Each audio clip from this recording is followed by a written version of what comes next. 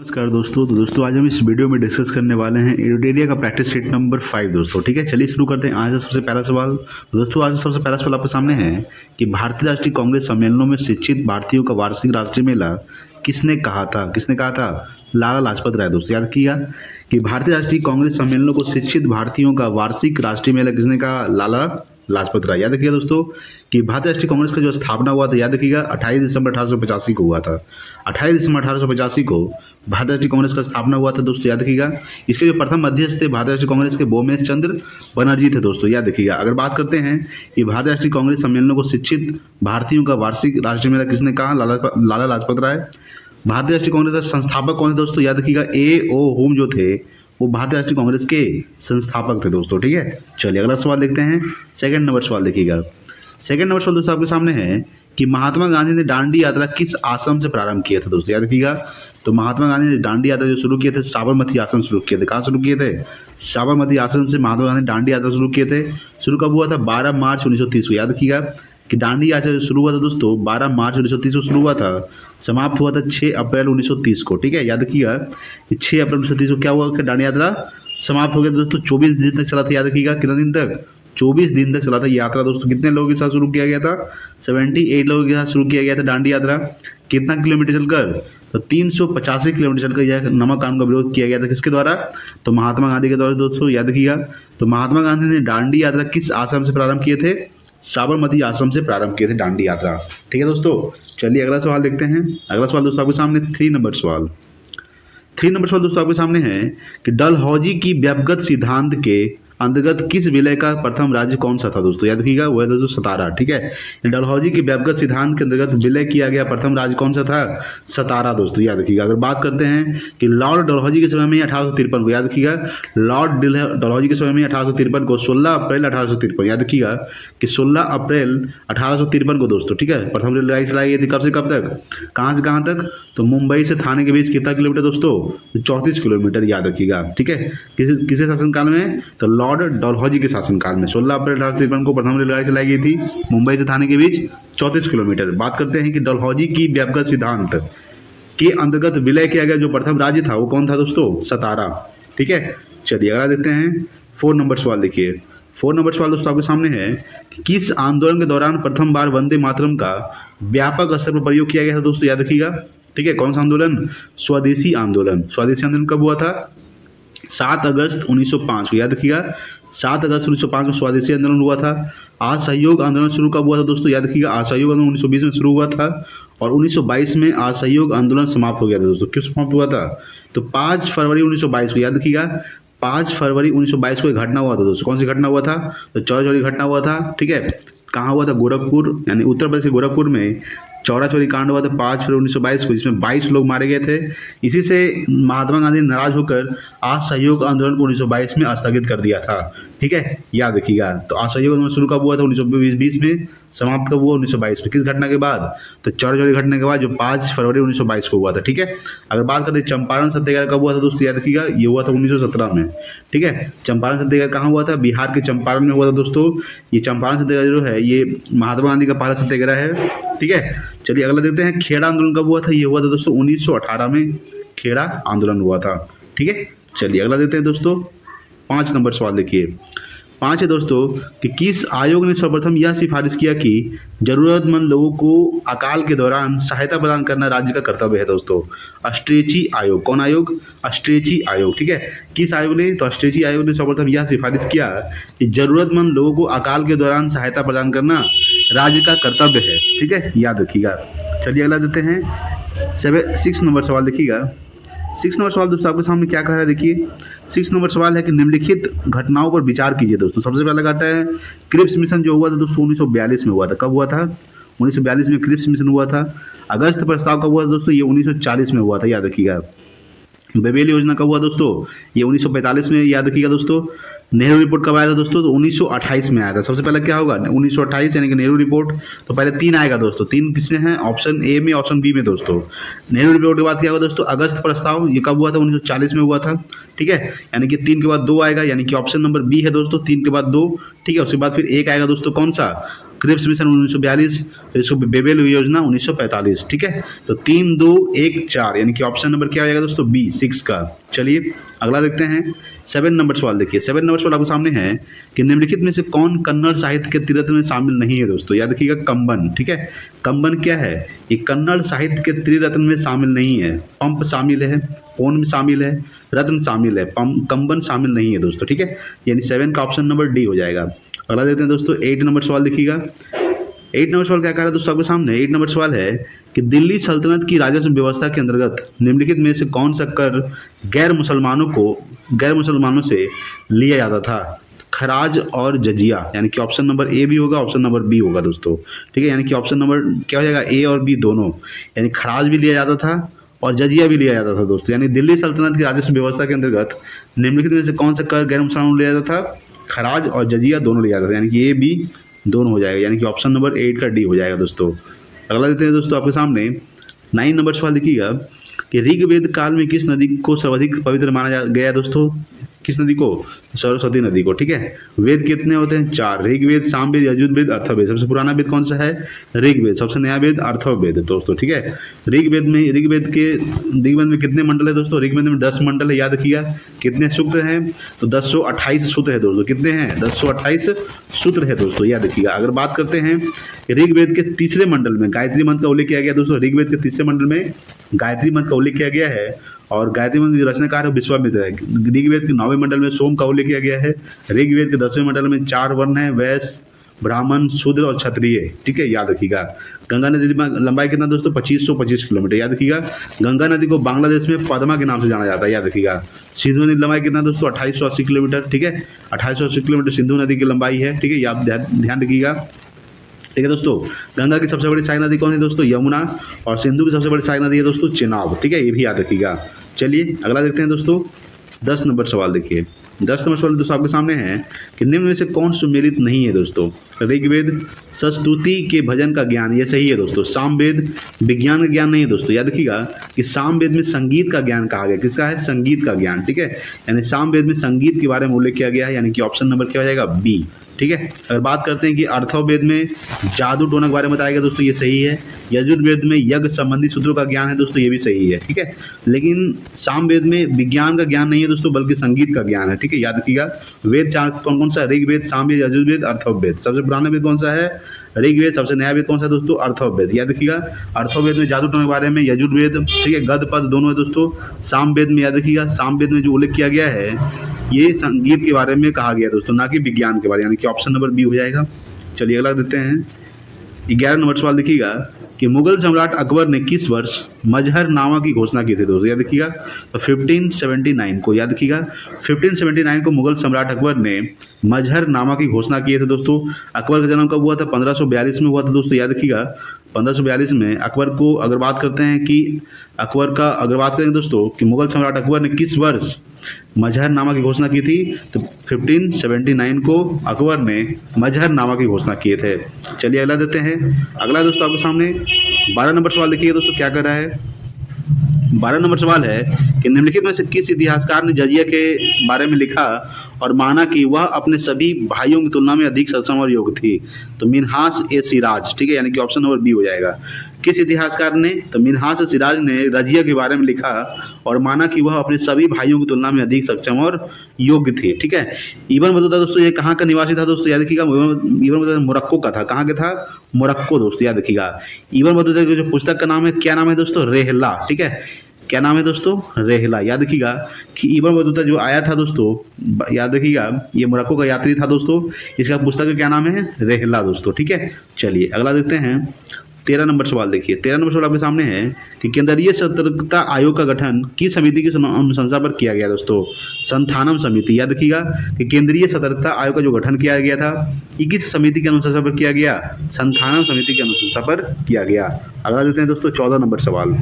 14 number सवाल दोस्तों आपके सामने है कि निम्न में से किस अधिनियम द्वारा केंद्रीय बजट को राज्य बजट से अलग किया गया था दोस्तों। याद रखिएगा, तो भारत शासन अधिनियम 1919। ठीक है, याद रखिएगा कि भारत शासन अधिनियम 1919, यानी कि निम्न में से किस अधिनियम द्वारा, तो भारत शासन अधिनियम 1919 द्वारा केंद्रीय बजट को राज्य बजट से अलग किया गया था, यानी कि ऑप्शन नंबर क्या हो जाएगा, 14 का सी हो जाएगा दोस्तों। चलिए अगला देते हैं 15 नंबर सवाल। देखिएगा, ठीक है, 15 नंबर सवाल दोस्तों आपके सामने है कि निम्न में से कौन सा संवैधानिक निकाय नहीं है दोस्तों, याद रखिएगा।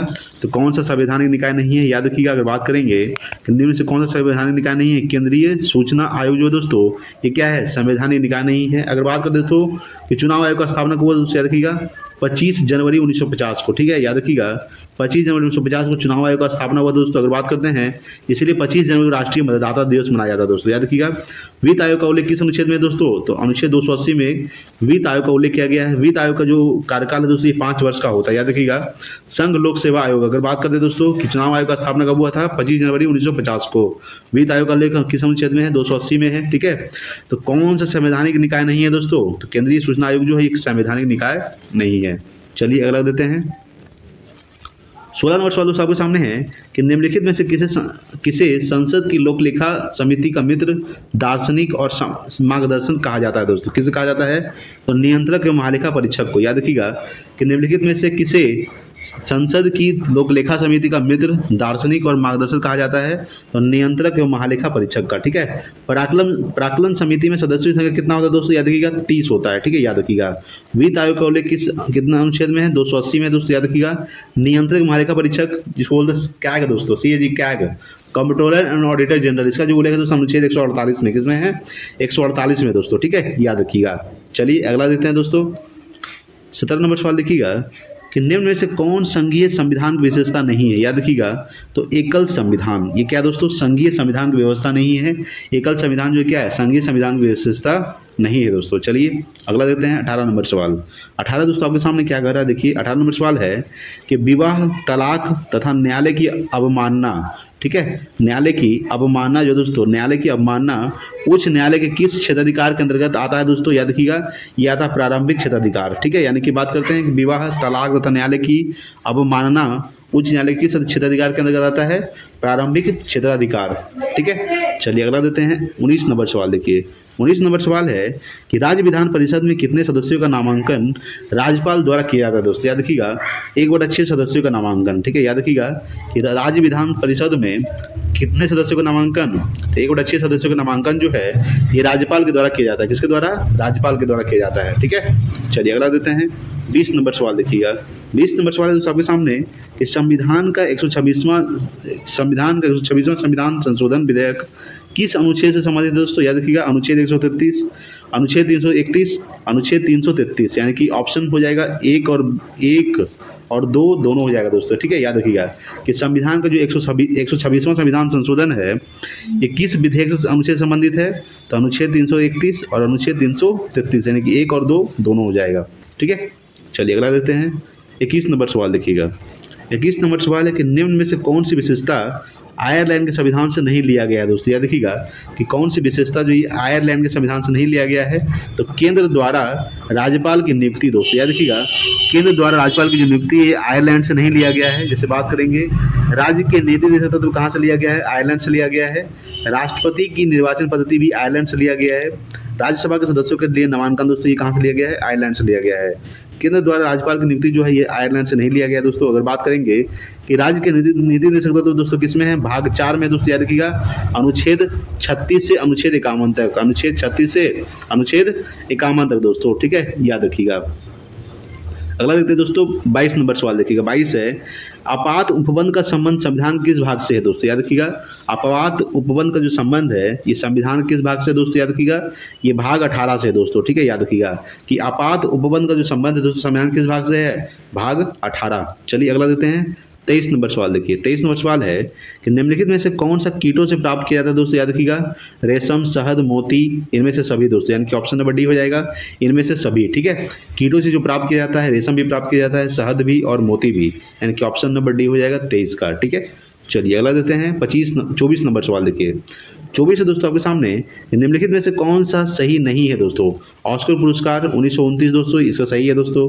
मान पुरस्कार 1969 दोस्तों, ये भी सही है।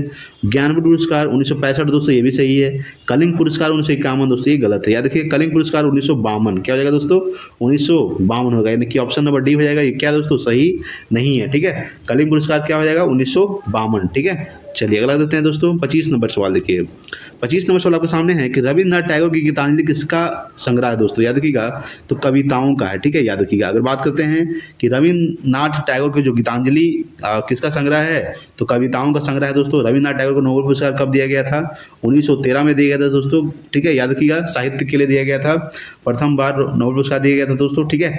नोबेल पुरस्कार कितने क्षेत्र में दिया जाता है, तो नोबेल पुरस्कार 6 क्षेत्र में दिया जाता है, ठीक है, याद रखिएगा। चलिए अगला देखते हैं 26 नंबर सवाल। देखिए 26 है दोस्तों आपके सामने कि निम्नलिखित में से किस शहर को भारत का शून्य मिल केंद्र के नाम से जाना जाता है दोस्तों, याद रखिएगा। किसको जाना जाता है, तो नागपुर को, याद रखिएगा कि निम्नलिखित में से किस शहर को, तो नागपुर को भारत का शून्य मिल केंद्र के नाम से जाना जाता है दोस्तों, ठीक है।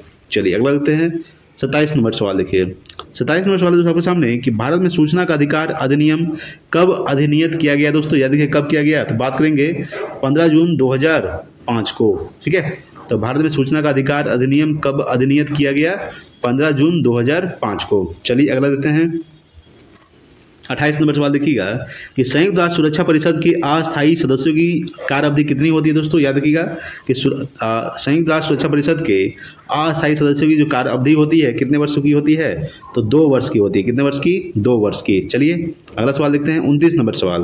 29 नंबर सवाल है कि बेटन कप एवं रंगास्वामी कप किस खेल की प्रमुख शब्दावली है दोस्तों, ये है दोस्तों हॉकी का, ठीक है, याद रखिएगा कि बेटन कप एवं रंगास्वामी कप जो है ये किस खेल के प्रमुख शब्दावली है, तो दोस्तों ये हॉकी का है, ठीक है। चलिए अगला सवाल देखते हैं दोस्तों 30 नंबर सवाल। देखिए 30 नंबर सवाल दोस्तों आपके सामने है कि जैव विविधता का सबसे महत्वपूर्ण पहलू क्या है दोस्तों, याद रखिएगा कि जैव विविधता सबसे महत्वपूर्ण पहलू है पारिस्थितिकी तंत्र का निर्वहन। क्या है दोस्तों, पारिस्थितिकी तंत्र का निर्वहन, ठीक है।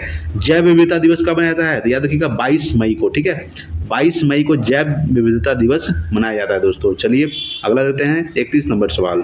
31 है कि निम्न में से कौन एक प्रवाल विरंजन का सबसे अधिक प्रभावी कारक है दोस्तों, वह दोस्तों याद रखिएगा बात करते हैं कि सागरीय जल के सामान्य तापमान में वृद्धि, यानी कि ऑप्शन नंबर सी हो जाएगा, ठीक है। निम्न में से कौन एक प्रवाल विरंजन का सबसे अधिक प्रभावी कारक है, सागरीय जल के सामान्य तापमान में वृद्धि, ठीक है। चलिए अगला देखते हैं, अगला है दोस्तों 32 नंबर सवाल। देखिए 32 सवाल आपके सामने कि निम्नलिखित आदि क्षेत्रों में किन्हें रामसर का दर्जा प्राप्त है दोस्तों, नंदा देवी को, ठीक है, नंदा झील को प्राप्त है दोस्तों, पिचवरम मैंग्रोव को दोस्तों इसको भी प्राप्त है, याद रखिएगा, ठीक है। बात करेंगे कि बखीरा वन जीव अभ्यारण्य इनको भी प्राप्त है, चिल्का झील दोस्तों ये भी इसको प्राप्त है। अगर बात करेंगे यानी कि 1 2 3 4, ठीक है दोस्तों, ऑप्शन नंबर क्या हो जाएगा, बी, यानी चारों को प्राप्त है दोस्तों, नंदा झील, पिचवरम मैंग्रोव, बखीरा वन्यजीव अभ्यारण्य और चिल्का झील, यानी कि 32 का ऑप्शन नंबर क्या हो जाएगा दोस्तों, बी। 1 2 3 4 यानी कि चारों को प्राप्त है दोस्तों रामसर स्तर का दर्जा, ठीक है। चलिए अगला देते हैं 33 नंबर सवाल। देखिए 33 है दोस्तों कि हाल ही में भारत की पहली निजी ट्रेन सेवा की शुरुआत कब की गई थी दोस्तों, उसका नाम क्या है, याद रखिएगा तो भारत गौरव, ठीक है, याद रखिएगा कि हाल ही में भारत की पहली निजी ट्रेन सेवा की शुरुआत की गई थी, उसका नाम क्या है, भारत गौरव, ठीक है। चलिए अगला देते हैं 34 नंबर सवाल। देखिए 34 नंबर सवाल आपके सामने है कि भारतीय राष्ट्रीय राजमार्ग प्राधिकरण ने किस राष्ट्रीय राजमार्ग पर बिटुमिनस कंक्रीट सड़क का निर्माण कर गिनीज वर्ल्ड रिकॉर्ड बनाया है दोस्तों, किसने बनाया है, अगर बात करेंगे दोस्तों तो NH53, किसने दोस्तों, NH53 दोस्तों, ठीक है। चलिए अगला देते हैं दोस्तों आपके सामने, अगला दोस्तों 35 नंबर सवाल। देखिए 35 है कि नामसाई घोषणा पत्र का संबंध किस राज्यों से है दोस्तों, याद रखिएगा कि नामसाई घोषणा पत्र का जो संबंध है ये है दोस्तों असम और अरुणाचल प्रदेश का, किससे हो जाएगा, असम और अरुणाचल प्रदेश का दोस्तों, ठीक है। नामसाई घोषणा पत्र का संबंध है किस राज्य से है, असम और अरुणाचल प्रदेश का है। चलिए अगला देते हैं 36 नंबर सवाल। देखिएगा कि किस मंत्रालय द्वारा मिशन शक्ति की शुरुआत की गई थी, याद रखिएगा किस मंत्रालय द्वारा, अगर बात करेंगे कि किस मंत्रालय के द्वारा मिशन शक्ति की शुरुआत की गई थी, तो महिला एवं विकास मंत्रालय के द्वारा, याद रखिएगा महिला एवं बाल विकास मंत्रालय के द्वारा मिशन शक्ति की शुरुआत की गई थी। अगला देखेंगे दोस्तों 47 नंबर सवाल। 37 नंबर सवाल आपके सामने कि अग्निपथ रक्षा योजना के अंतर्गत कितनी अधिकतम आयु के आवेदक उम्मीदवार हो सकते हैं दोस्तों, याद रखिएगा अगर बात करेंगे तो दोस्तों देखिएगा 21 वर्ष, ठीक है, कितने वर्ष, याद रखिएगा 21 वर्ष, यानी कि अग्निपथ रक्षा योजना के अंतर्गत कितनी अधिकतम आयु के आवेदक उम्मीदवार हो सकते हैं, 21 वर्ष दोस्तों, यानी कि 37 का ऑप्शन नंबर क्या हो जाएगा दोस्तों, सी। चलिए अगला देते हैं 38 नंबर सवाल। देखिएगा 38 नंबर सवाल है दोस्तों आपके सामने कि भारत का पहला अमृत सरोवर किस राज्य में बनकर तैयार हुआ दोस्तों, याद रखिएगा कि भारत का जो पहला अमृत सरोवर है ये किस राज्य में बनकर तैयार हुआ है, तो उत्तर प्रदेश में, ठीक है, याद रखिएगा कि भारत का पहला अमृत सरोवर किस राज्य में बनकर तैयार हुआ है, उत्तर प्रदेश। चलिए अगला देते हैं 39 नंबर सवाल देखिए दोस्तों आपके सामने कि एलिजाबेथ बर्न किस देश की नई प्रधानमंत्री बनी है। ये बनी है दोस्तों फ्रांस की। ठीक है, याद रखिएगा कि एलिजाबेथ बर्न जो है ये किस देश की नई प्रधानमंत्री बनी है, फ्रांस की। चलिए, हंगरी की राजधानी क्या है दोस्तों, बुडापेस्ट। याद रखिएगा बुडापेस्ट जो है दोस्तों ये हंगरी की राजधानी है। ठीक है, याद रखिएगा। कंबोडिया की राजधानी क्या है दोस्तों, नोम पनेह। याद रखिएगा नोम पनेह जो है ये क्या है दोस्तों, ये कंबोडिया की राजधानी है। अंकोर वाट का मंदिर कहाँ है दोस्तों, कंबोडिया में। याद रखिएगा। और 8वां अजूबा कौन बन गया दोस्तों, तो अंकोर वाट का जो मंदिर है ये 8वां अजूबा बन गया है। ठीक है। स्वीडन की राजधानी क्या है दोस्तों, स्कॉटहोम जो दोस्तों ये स्वीडन की राजधानी है। फ्रांस की राजधानी क्या है दोस्तों, पेरिस। ठीक है। तो एलिजाबेथ बर्न किस देश की नई प्रधानमंत्री बन गई है, फ्रांस की। चलिए अगला देखते हैं। 40 नंबर सवाल आपके सामने है कि हाल ही में किसे प्रथम लता दीनानाथ मंगेशकर पुरस्कार से सम्मानित किया गया था, तो नरेंद्र मोदी को। याद रखिएगा कि हाल ही में प्रथम लता दीनानाथ मंगेशकर पुरस्कार से सम्मानित किया गया था दोस्तों, नरेंद्र मोदी को दोस्तों। ठीक है। चलिए अगला देते हैं दोस्तों आपके सामने। 41 नंबर सवाल दोस्तों क्या कर रहे देखिएगा। 41 नंबर सवाल है कि राजस्थान के नायडारा में विश्व की सबसे ऊंची भगवान शिव की प्रतिमा को स्थापित किया जा रहा है, जिसका नाम क्या है दोस्तों, स्टैचू ऑफ बिलीफ। ठीक है, याद रखिएगा कि राजस्थान के नायडारा में विश्व की सबसे ऊंची भगवान शिव की प्रतिमा को स्थापित किया जा रहा है, उसका नाम क्या है, स्टैचू ऑफ बिलीफ। चलिए अगला देते हैं। 42 नंबर सवाल देखिए। 42 है कि हिंदी भाषा में एमबीबीएस कोर्स शुरू करने वाला देश का पहला राज्य कौन बना है दोस्तों। याद रखिएगा, अगर बात करते हैं कि हिंदी भाषा में एमबीबीएस कोर्स शुरू करने वाले देश का पहला राज्य बना है मध्य प्रदेश। कौन बना है दोस्तों, मध्य प्रदेश दोस्तों। ठीक है, याद रखिएगा। चलिए अगला देते हैं दोस्तों। 43 नंबर सवाल है कि वैश्विक शांति सूचकांक 2023 में कौन सा देश प्रथम स्थान रहा है दोस्तों। याद रखिएगा कि वैश्विक शांति सूचकांक 2023 में आइसलैंड जो है दोस्तों ये प्रथम स्थान पर रहा है। कौन रहा है, आइसलैंड जो है दोस्तों ये प्रथम स्थान रहा है दोस्तों। आइसलैंड जो राजधानी होता है दोस्तों, याद रखिएगा रिकजेविक होता है दोस्तों। क्या होता है, रिकजेविक जो होता है ये आइसलैंड की राजधानी होता है दोस्तों। क्या होता है, रिकजेविक। ठीक है। नॉर्वे की राजधानी क्या होता है दोस्तों, ओस्लो जो होता है नॉर्वे की राजधानी है। याद रखिएगा ओस्लो नॉर्वे की राजधानी है। ठीक है। अगर बात करते हैं कि बेल्जियम की राजधानी क्या है दोस्तों, ब्रुसेल्स जो है ये बेल्जियम की राजधानी है। ठीक है। चलिए अगला देते हैं दोस्तों।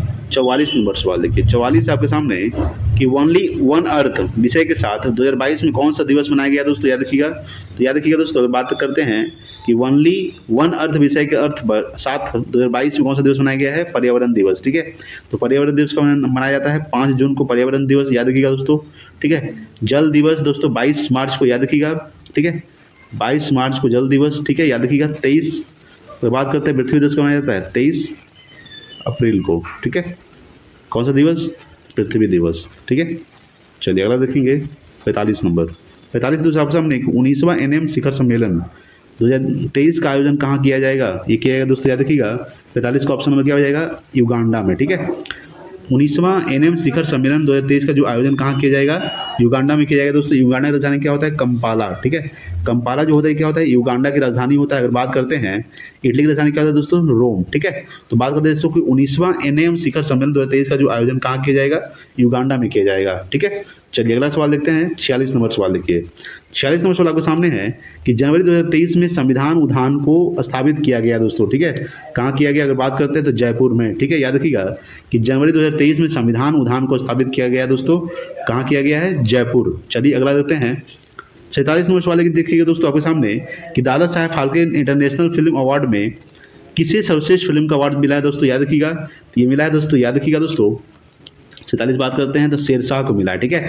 तो Dada Saheb Phalke international film award में किसे, तो शेरशाह सूरी को। ठीक है, शेरशाह को। ठीक है, शेरशाह को फिल्म सर्वश्रेष्ठ फिल्म का अवार्ड मिला है, यानी कि ऑप्शन नंबर ए हो जाएगा 47 का। ठीक है। चलिए अगला देते हैं 48 नंबर सवाल।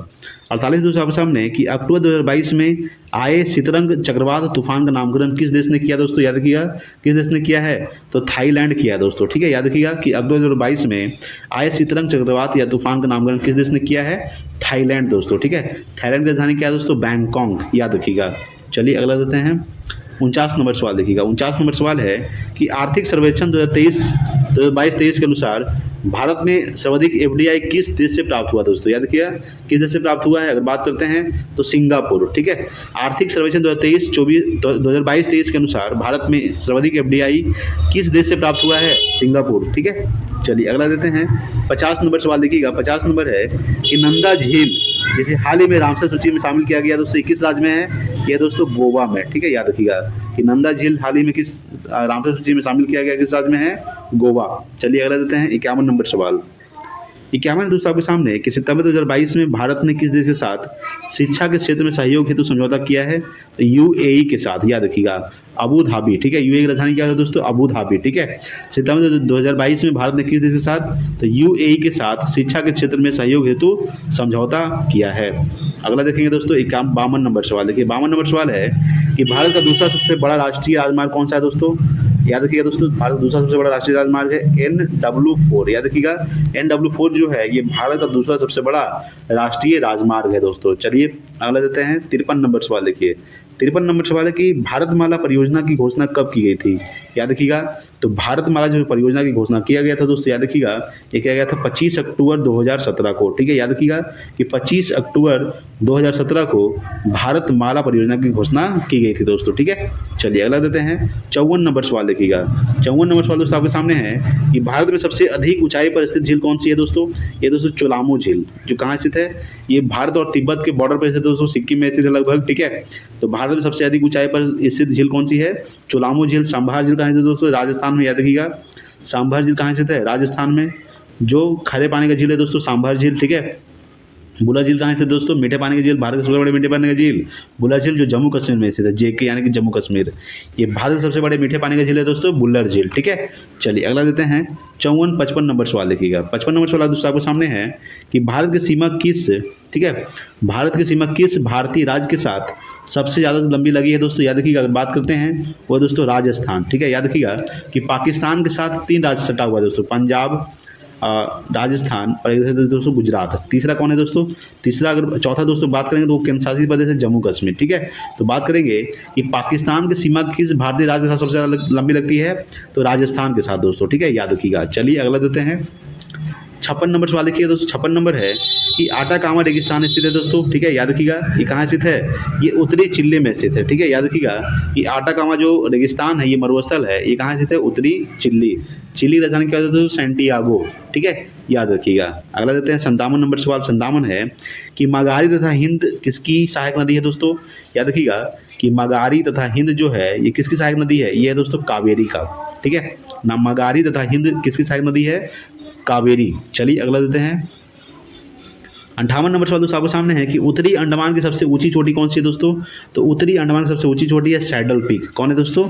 Saddle peak. ये उत्तरी अंडमान की सबसे ऊंची चोटी है सैडल पीक। चलिए अगला देते हैं। अगला दोस्तों 59 नंबर सवाल। 59 है कि चावल उत्पाद में भारत का कौन सा स्थान प्रथम स्थान पर है दोस्तों? वह दोस्तों पश्चिम बंगाल, ठीक है। तो चावल उत्पाद में भारत का कौन सा राज्य प्रथम स्थान रखता है? पश्चिम बंगाल। 59 का क्या हो जाएगा? ऑप्शन नंबर डी हो जाएगा।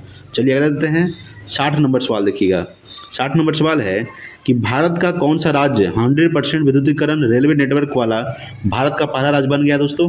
कौन बना है? याद रखिएगा, वो है दोस्तों हरियाणा, ठीक है। तो भारत का कौन सा राज्य? तो हरियाणा जो ये 100% विद्युतीकरण रेलवे नेटवर्क वाला भारत का पहला राज्य बन गया है हरियाणा। अगला देखेंगे 61 नंबर सवाल। देखिएगा 61 नंबर सवाल है कि हाल ही में सारा थॉमस का निधन हो गया, उनका संबंध था दोस्तों, याद रखिएगा क्या थे दोस्तों? याद रखिएगा, अगर बात करते हैं वो थे दोस्तों लेखक थे। तो हाल ही में जो सारा थॉमस का निधन हो गया वो क्या थे? लेखक। चलिए अगला देते हैं।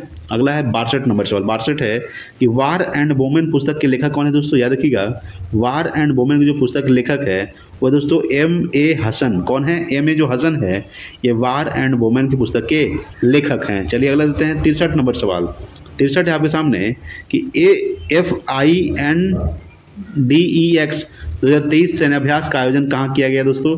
याद रखिएगा ये किया गया है पुणे में, ठीक है, याद रखिएगा।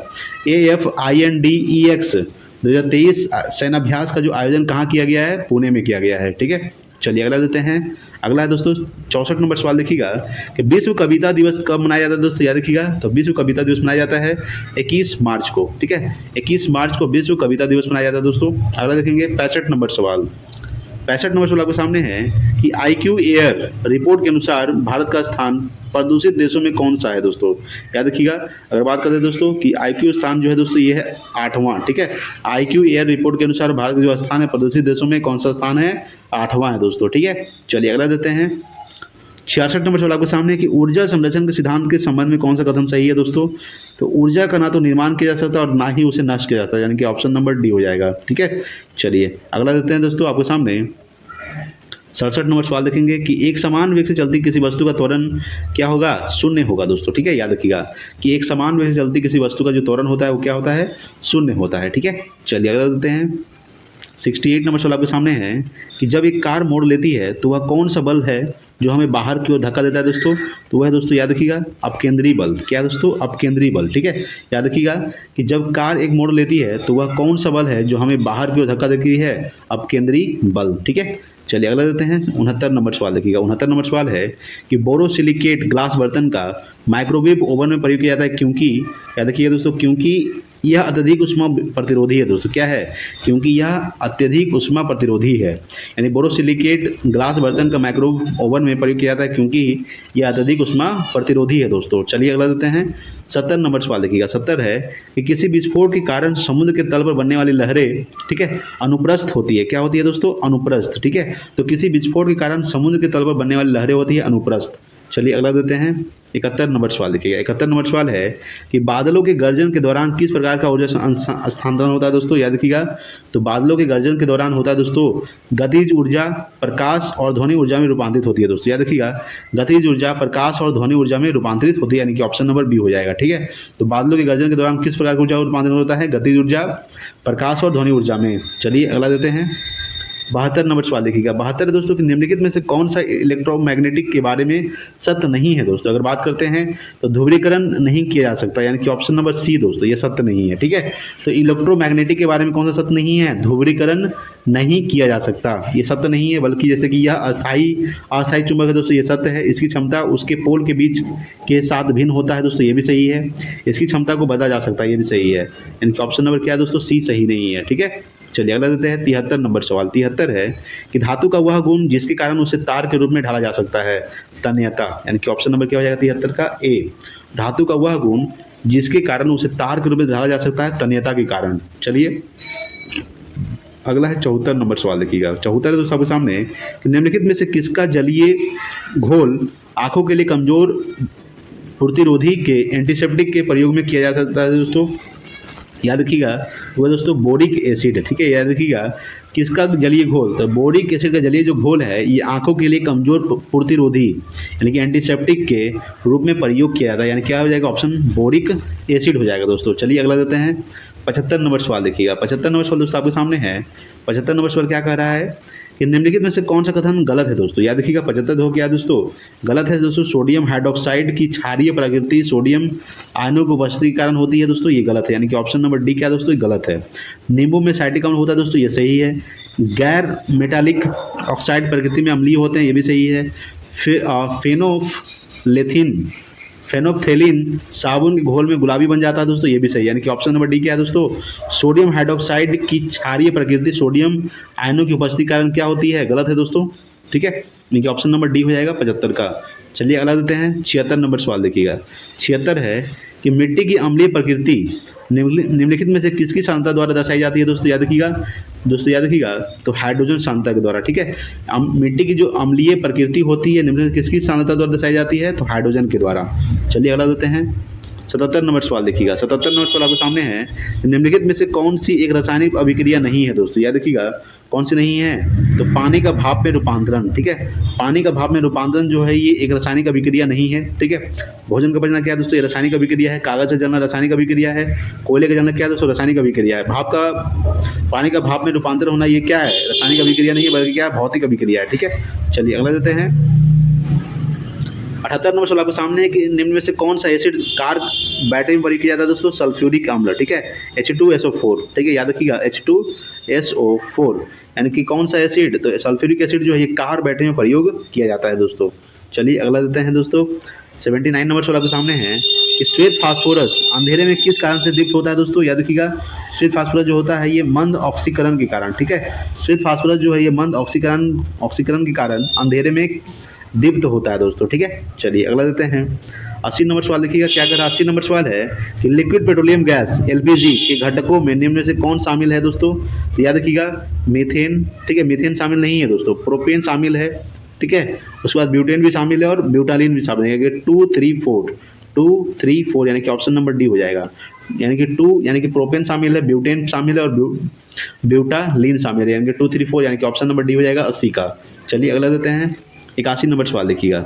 81 नंबर सवाल दोस्तों आपके सामने क्या कर रहा है, देखिए 81 नंबर सवाल पढ़ेंगे कि संचालन की समस्या को कम करने के लिए निम्नलिखित में से कौन सा तरीका प्रयोग में लाया जाता है दोस्तों, याद रखिएगा। अगर बात करते दोस्तों, अगर बात करेंगे, देखिए दोस्तों, पेंटिंग दोस्तों याद रखिएगा, ठीक है, गैल्वनीकरण, ठीक है, उसके बाद फिर क्या हो जाएगा दोस्तों, गैल्वनीकरण। अगर बात करेंगे तो एनोडीकरण, ठीक है, उसके बाद फिर मिश्र धातु का निर्माण, यानी कि 1, 2, 3, 5, 1, 2, 3, 5 यानी कि ऑप्शन नंबर बी हो जाएगा दोस्तों, ठीक है। 81 क्या हो जाएगा दोस्तों, ऑप्शन नंबर बी हो जाएगा, ठीक है, यानी कि 1 हो जाएगा दोस्तों पेंटिंग, गैल्वनीकरण, एनोडीकरण, मिश्र धातु का निर्माण, ठीक है। इलेक्ट्रोलाइसिस नहीं होगा दोस्तों, क्या होगा, इलेक्ट्रोलाइटिस नहीं होगा, ठीक है। चलिए अगला देते हैं 82 नंबर सवाल देखिएगा, ठीक है। 82 नंबर सवाल दोस्तों आपके सामने है कि मसूड़ों में रक्तस्राव, धातु का गिरना, अस्थियों का भंगुर होना एवं घाव भरने में देरी से निम्न में से किस विटामिन की कमी से होता है दोस्तों, तो ये विटामिन सी होगा दोस्तों, क्या होगा, विटामिन सी। विटामिन सी का सही नाम क्या होता है दोस्तों, याद रखिएगा, स्कॉर्बिक एसिड होता है। विटामिन सी की कमी से कौन सा रोग होता है दोस्तों, याद रखिएगा, स्कर्वी रोग होता है। विटामिन बी1 की कमी से कौन सा रोग होता है दोस्तों, रतौंधी या बेरी रोग होता है दोस्तों। विटामिन बी1 कमी से, विटामिन बी1 का सही नाम क्या होता है, थायमीन। विटामिन डी का सही नाम क्या होता है, कैल्सीफिरॉल। विटामिन डी की कमी से रिकेट्स होता है। विटामिन के का सही नाम क्या होता है, फिलोक्विनोन होता है दोस्तों, ठीक है, याद रखिएगा। चलिए अगला देते हैं 83 नंबर सवाल देखिएगा। 83 नंबर सवाल आपके सामने है कि निम्नलिखित में से किस प्राकृतिक पदार्थ में लौह विद्यमान होता है दोस्तों, याद रखिएगा। अगर बात करते हैं कि किस प्राकृतिक पदार्थ में लौह विद्यमान होता है दोस्तों, अगर बात करते हैं तो मायोग्लोबिन में, ठीक है, मायोग्लोबिन में जो होता है ये लौह विद्यमान होता है, यानी कि Fe विद्यमान होता है, ठीक है। चलिए अगला देते हैं 84 नंबर सवाल। 84 दोस्तों आपके सामने है कि निम्नलिखित में से कौन सा सरीसृप वर्ग का जंतु नहीं है दोस्तों, याद रखिएगा। वो है दोस्तों, अगर बात करते हैं कि कौन सा जो है, ये हो जाएगा दोस्तों ऑस्ट्रिच, ठीक है। ऑस्ट्रिच जो है दोस्तों ये सरीसृप वर्ग का जंतु नहीं है। कछुआ है दोस्तों, किंग कोबरा भी है और उड़न छिपकली भी है दोस्तों।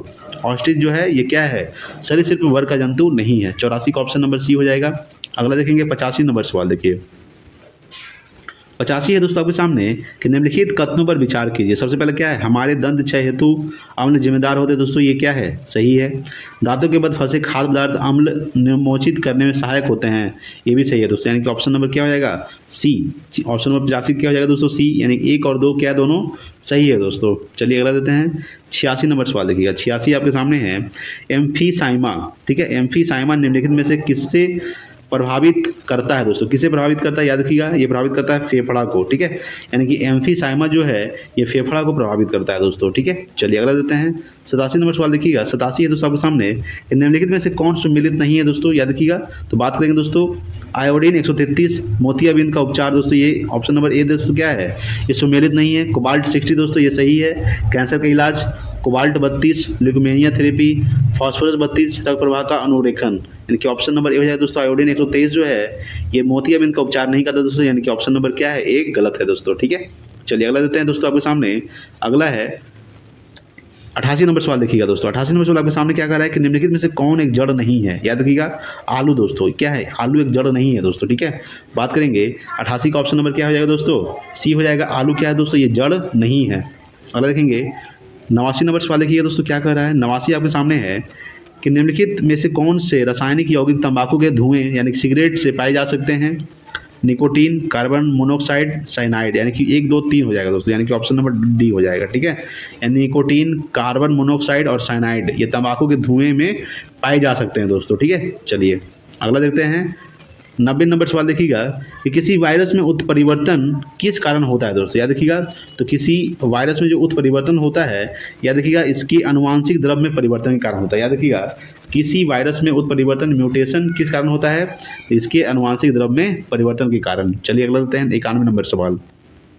91 है कि निम्नलिखित में से किसने घाटा वितरण के विचार की सबसे पहले चर्चा किया था दोस्तों, याद रखिएगा। अगर बात करते हैं किसने किया था, तो जॉन मेनार्ड क्रेंच, ठीक है, याद रखिएगा कि निम्नलिखित में से किसने घाटा वितरण के विचार की सबसे पहले चर्चा किया था, तो जॉन मेनार्ड केंज, ठीक है। चलिए अगला देते हैं 92 नंबर सवाल देखिए।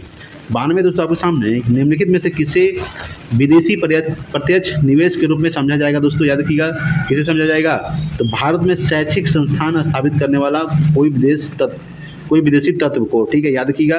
निम्नलिखित में से किससे विदेशी प्रत्यक्ष निवेश के रूप में समझा जाएगा, तो भारत में शैक्षिक संस्थान स्थापित करने वाला कोई विदेशी तत्व। चलिए अगला देते हैं 93 नंबर सवाल देखिएगा। 93 नंबर सवाल आपके सामने है कि अल्प विकसित अर्थव्यवस्था की विशेषता निम्नलिखित में से कौन सी है दोस्तों? या देखिएगा, अगर बात करेंगे दोस्तों तो कौन सी है, देखिए प्रति व्यक्ति आय प्रति व्यक्ति निम्न आय दोस्तों, ये सही है, ठीक है। उसका क्या है दोस्तों, प्राथमिक क्षेत्र में अधिक कार्यबल, ये सही है दोस्तों। निम्न आश्रितता अनुपात दोस्तों, ये गलत है। पूंजी निर्माण की उच्च दर, ये भी गलत है दोस्तों, यानी कि ऑप्शन नंबर 1 और 4 हो जाएगा। यानी ऑप्शन केवल क्या हो जाएगा दोस्तों, केवल 1 और तथा 4, यानी कि अल्प विकसित अर्थव्यवस्था की विशेषता निम्न में कौन सी है? एक है दोस्तों प्रति व्यक्ति निम्न आय, एक है दोस्तों प्राथमिक क्षेत्र में अधिक कार्यबल, यानी कि 1 और 4 हो जाएगा दोस्तों, ठीक है। चलिए अगला देते हैं। 94 नंबर सवाल देखिएगा।